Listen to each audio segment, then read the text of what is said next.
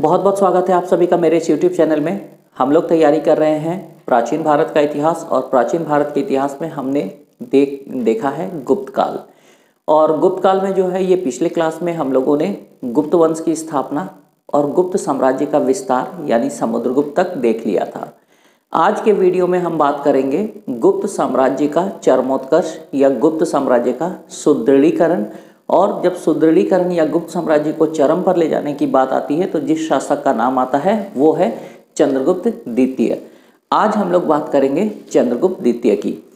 चंद्रगुप्त द्वितीय जो है ये इस वंश के सबसे प्रतापी शासक थे।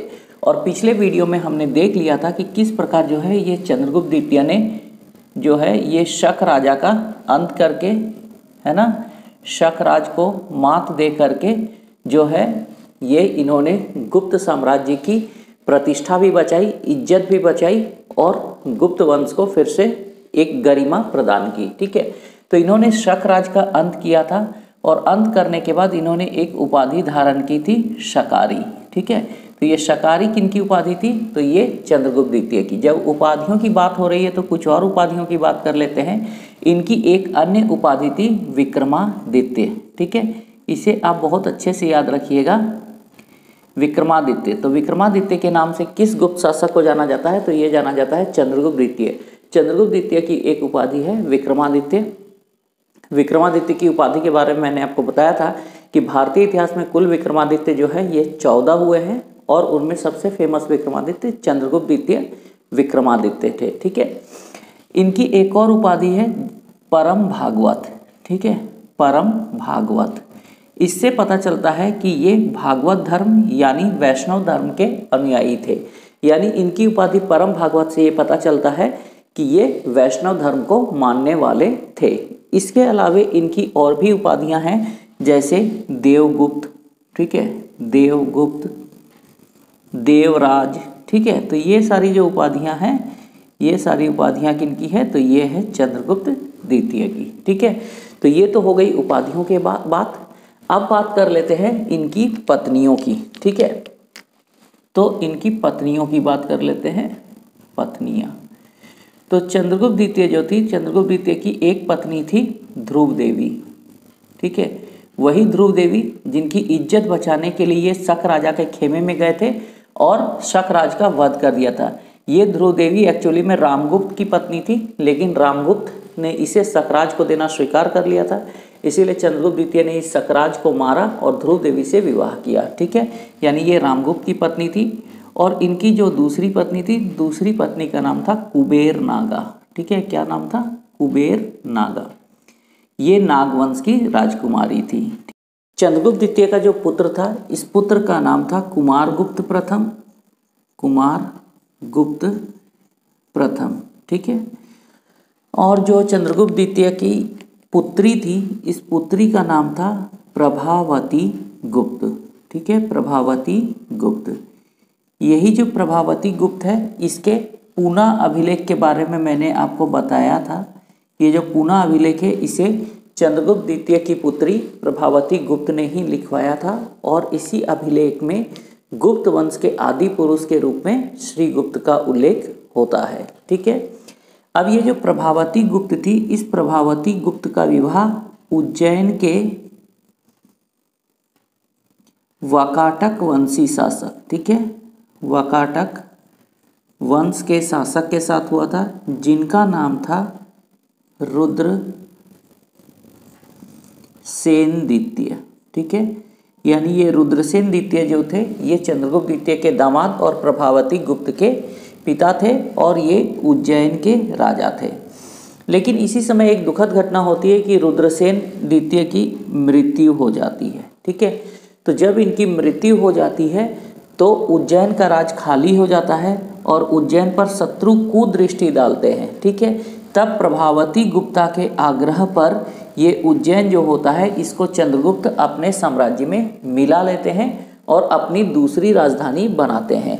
यानी अगर प्रश्न पूछा जाता है कि चंद्रगुप्त द्वितीय की दूसरी राजधानी क्या थी, तो ये दूसरी राजधानी जो होगी ये होगी उज्जैनी। क्यों? क्योंकि रुद्रसेन द्वितीय के मरने के बाद ये खाली थी और शत्रु इस पर कुदृष्टि डाल रही थी। और इनकी प्रथम राजधानी क्या होगी तब?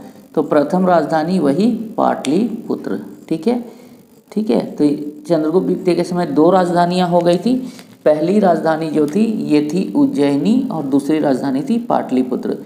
साथ ही याद रखिएगा कि चंद्रगुप्त द्वितीय के काल में शिक्षा के भी दो प्रमुख केंद्र थे, एक पाटलिपुत्र और दूसरी उज्जैनी। तो ये इनकी दो राजधानियां भी हो गई और इनके दो शिक्षा के केंद्र भी हो गए। ठीक है। अब चंद्रगुप्त द्वितीय के शासनकाल में एक चीनी यात्री, ठीक है, एक चीनी यात्री जो है ये भारत आए थे और इस चीनी यात्री का नाम था फाहियान। ठीक है, तो याद रखिएगा चंद्रगुप्त द्वितीय विक्रमादित्य के समय में जो चीनी यात्री भारत आए थे इनका नाम था फाहियान। ठीक है, एक और चीनी यात्री को लेकर कन्फ्यूजन होता है और उस चीनी यात्री का नाम है हुएनसांग। ठीक है, क्या नाम है? हुएनसांग। तो हुएनसांग का याद रखिएगा कि हुएनसांग जो है ये जिस शासक के काल में आए थे उसका नाम था हर्षवर्धन। अभी हर्षवर्धन इसके बाद पैदा होंगे, यानी अभी हुएनसांग और हर्षवर्धन नहीं आए हैं। यानी फाहियान आया था चंद्रगुप्त द्वितीय के समय में और हुएनसांग आएगा हर्षवर्धन के काल में। देखिए ह और ह। ठीक है, तो इस तरह से आप इसे आसानी से याद रख सकते हैं। चीनी यात्री के बाद चंद्रगुप्त द्वितीय ने जो है ये एक लौह स्तंभ बनाया था। ठीक है, एक लौह स्तंभ, लोहे का पिलर। ठीक है, ये लौह स्तंभ जो है ये मेहरौली दिल्ली में स्थित है। ठीक है, ये मेहरौली या दिल्ली में समझिए, दिल्ली से एक लोहे का स्तंभ मिला है।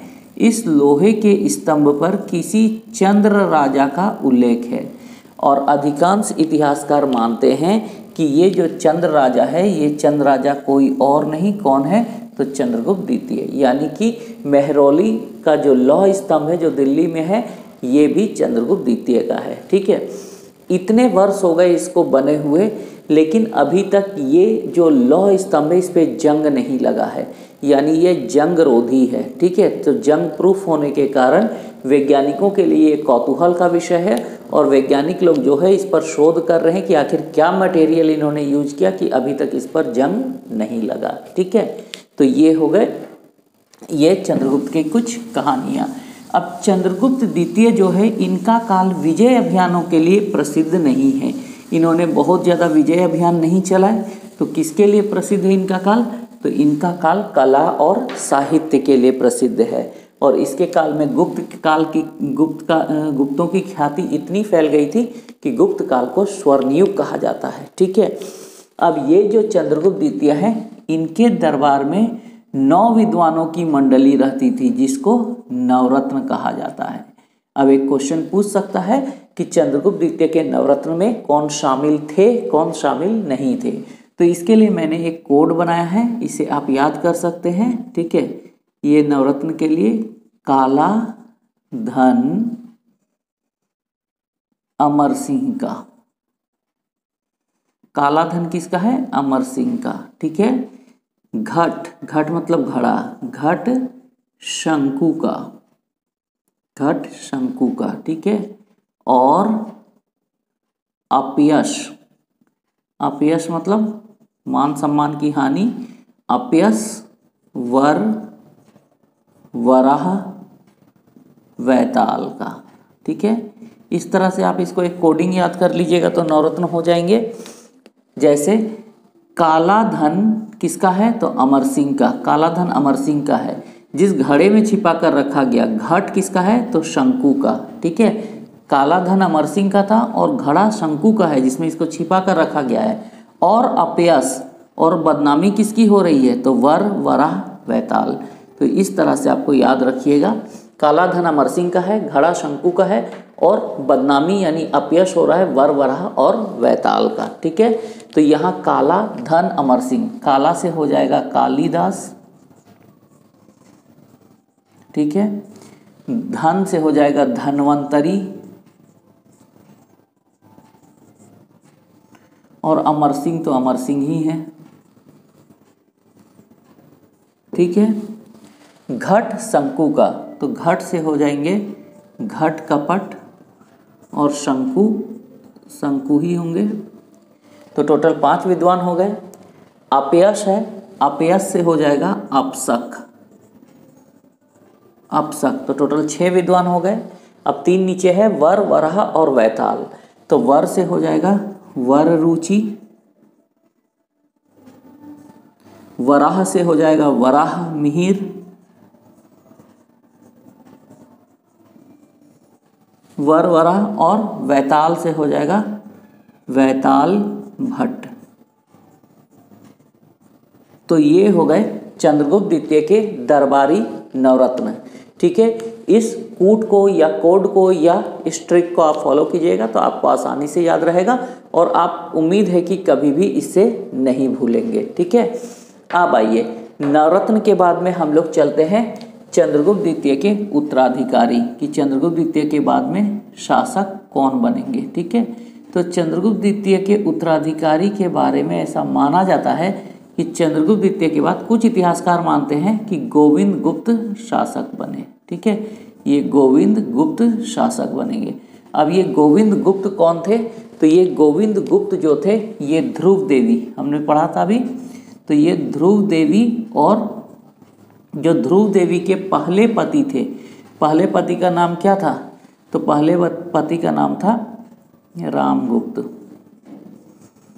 तो ये ध्रुव देवी और रामगुप्त का पुत्र था। कुछ इतिहासकार मानते हैं कि चंद्रगुप्त द्वितीय के बाद गोविंद गुप्त शासक बना, जबकि अधिकांश विद्वान मानते हैं कि